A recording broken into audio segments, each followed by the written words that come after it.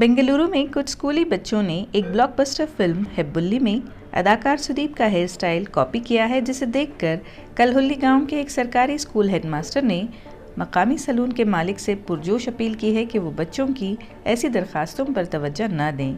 ये ख़त इंटरनेट पर वायरल हो गया है और इसको बहुत से वालिदैन ने सराहा भी है। हेडमास्टर शिवाजी नायक ने लिखा है कि हमारे स्कूल में कई तलबा हेब्बुल्ली फिल्म के तर्ज पर बाल कटवा रहे हैं। उनके फ़ैशन के शऊर ने निसाब में उनकी दिलचस्पी को ख़त्म कर दिया है और तालीमी कारकर्दगी को मुतासर करना शुरू कर दिया है। मैं आपसे दरख्वास्त करता हूं कि हमारे तालिब इल्मों को नज़्म ज़ब्त के साथ बाल काटें। अगर कोई तालिब इल्म फ़िल्मी तर्ज के बाल कटवाने का मुतालबा करता भी है तो बराह करम इसकी इत्तला वालिदैन या स्कूल को ज़रूर दे।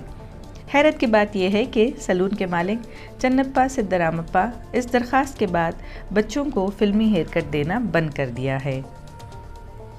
ಯಾವ ನಮ್ಮ ಗಂಡು ಹುಡುಗರು ಸ್ಟೈಲಿಸ್ಟ್ ಆಗಿ ಹೆಬ್ಬುಲಿ ಕಟಿಂಗ್ ಜೊತೆಗೆ ಅದನ್ನು ವಿದ್ಯಾಭ್ಯಾಸಕ್ಕೆ ತೊಂದರೆಯನ್ನು ಮಾಡಿಕೊಳ್ತಾ ಇದ್ದಾರೆ. ಅದರ ಸಂಬಂಧ ನಾವು ಏನು ಮಾಡ್ತಾ ಇದ್ದೀವಿ, ಕಟ್ಟಿಂಗ್ ಅಂಗಡಿಯವರಿಗೆ ಒಂದು ಮನವಿ ಸಲ್ಲಿಸ್ತಾ ಇದ್ದೀವಿ. ಯಾವ ನಮ್ಮ SDMC ಸದಸ್ಯರು, ಅಧ್ಯಕ್ಷರು ಹಾಗೂ ಸಿಬ್ಬಂದಿ ವರ್ಗರು ಎಲ್ಲರೂ ಕೂಡಿ ಒಂದು ನಿರ್ಣಯಕ್ಕೆ ಬಂದಿದ್ದೀವಿ. ಆ ನಿರ್ಣಯ ಏನೈತಿ ನಾವು ಕೈಗೊಂಡಿದ್ದೀವಿ.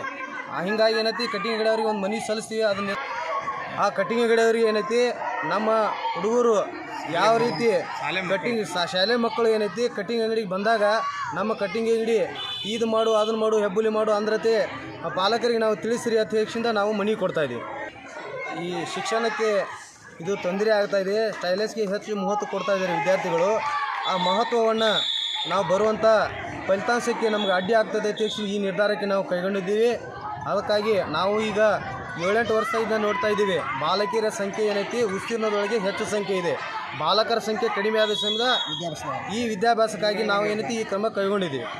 ಇದು ಹುಲ್ಲಳ್ಳಿ ಪ್ರೌಢಶಾಲೆ ಆತಲ್ಲ, ಆದರೂ ನಮ್ಮ ಕರ್ನಾಟಕ ರಾಜ್ಯಾದ್ಯಂತ ಈ ಮಹತ್ವದ ಒಂದು ಕಾರ್ಯ ಬೆಳಿಬೇಕಂತೂ ನಮ್ಮ ಆಶೆ ಇದೆ.